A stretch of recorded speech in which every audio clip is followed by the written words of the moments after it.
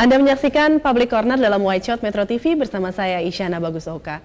Pemirsa, saat ini kita tahu bahwa air minum dan sanitasi merupakan dua hal yang sangat penting bagi kehidupan manusia.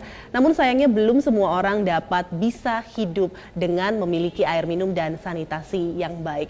Untuk itu, dalam Public Corner kali ini kita akan membahas tema pembangunan sektor air minum dan sanitasi di Indonesia. Sudah ada dua narasumber saya di studio. Yang pertama adalah Dirjen Cipta Karya dari Kementerian Pekerjaan Umum Republik Indonesia, Bapak Insinyur Imam Santoso Ernawi MSc, MSI. Selamat siang Pak Imam. Selamat siang. Dan narasumber saya yang kedua ada Bapak Insinyur Nugroho Triutomo MURP, Direktur Pemulihan dan Perumahan Bappenas. Selamat siang Pak Nugroho. Selamat siang. Saya pertama-tama akan ke Pak Imam terlebih dahulu. Pak Imam, kita akan bicara tentang masalah air minum dan sanitasi. Dua hal yang tentu saja tidak ada dalam kehidupan manusia. Betul, ini Pak Imam ya. Namun sayangnya kan kita tahu masih banyak orang Indonesia yang belum memiliki dua hal tersebut. Kondisinya seperti apa sih Pak di Indonesia sebenarnya saat ini?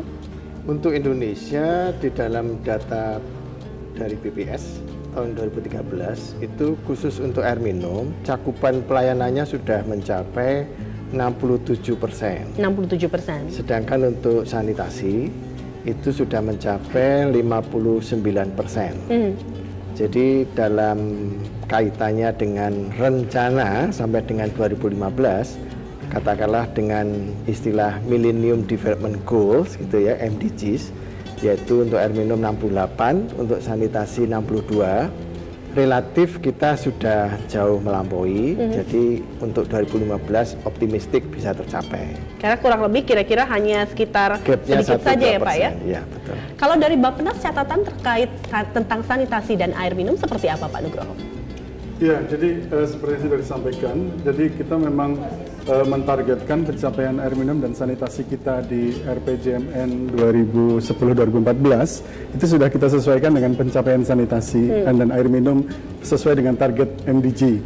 Dan seperti disampaikan tadi oleh Pak Imam, kita kondisi yang paling akhir tahun ini, akhir tahun kemarin ya Pak ya, 2013, itu untuk air minum hanya tinggal sekitar 1,7% mencapai target MDG, sedangkan untuk sanitasi hanya tinggal sekitar 2% lagi mencapai target MDG. Dan untuk kedua sektor tersebut selama ini kita sudah tumbuh antara 2-3%. Jadi memang kita optimis kita bisa mencapai target itu untuk per tahun tadi ya, 2-3% per tahun ya? 2,3% per tahun. Jadi sepertinya kita optimis target kita di RPJMN 2010-2014 maupun target MDG itu sudah bisa kita capai.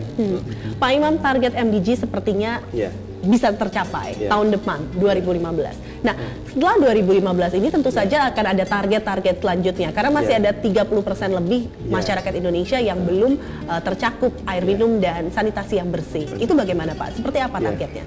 Memang di dalam rencananya Pak Nugroho dan kawan-kawan dari Bappenas ini sudah membuat desain untuk 5 tahun ke depan itu kita mencoba untuk mencapai baik untuk air minum maupun sanitasi itu 100%. Itu dimungkinkan ya Pak ya? Nah, karena itu memang perlu gerakan dari semuanya. Mungkin sebagai gambaran dulu bahwa untuk Asia Pasifik saja, sekarang ini air minum sudah mencapai 91%. 91% Asia Pasifik. Memang agak bagus untuk Indonesia, itu ketika dibandingkan dengan Asia Pasifik, sanitasi itu memang baru mencapai 58%. Oh, jadi kita lebih bagus ya Pak ya? Betul, ya. Cuma memang masih harus ada yang dikejar untuk air minum. Dan juga memang menjadi persoalan juga bagi Indonesia karena sekarang ini kan terutama di perkotaan itu jumlah penduduk di perkotaan kan sudah melebihi dari jumlah penduduk di pedesaan. Nah, sehingga bagaimana penanganan air minum dan sanitasi di perkotaan dan juga di pedesaan ini harus ada penanganan yang agak spesifik lah kira-kira. Karena berbeda karakteristiknya ya Pak. Apalagi kita mau mencoba tadi mau selesai 100% di 5 tahun ke depan, kira-kira demikian.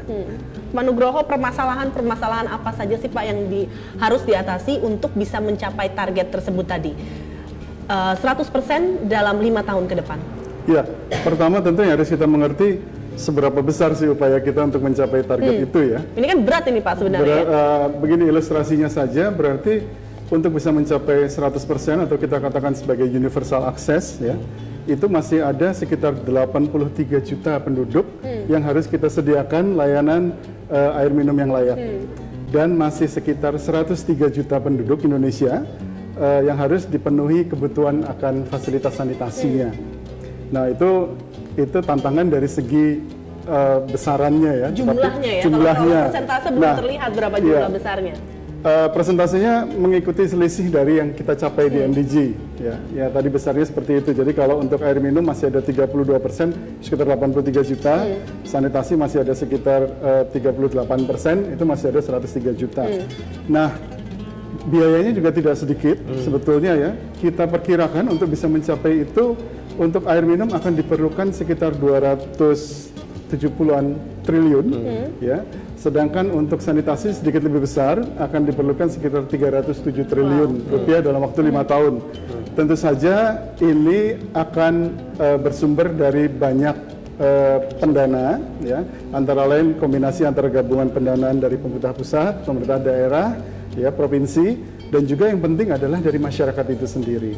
Nah, dengan demikian tantangan terbesar adalah ini klasik, bagaimana menumbuhkan pengertian atau awareness di semua lapisan, baik dari rumah tangga, pimpinan daerah, pimpinan bahkan menteri, bahkan mungkin sampai presiden sekalipun, ya, untuk betul-betul mau memprioritaskan pendanaan untuk air minum dan sanitasi sebagai kebutuhan dasar yang mau tidak mau harus segera mungkin kita penuhi.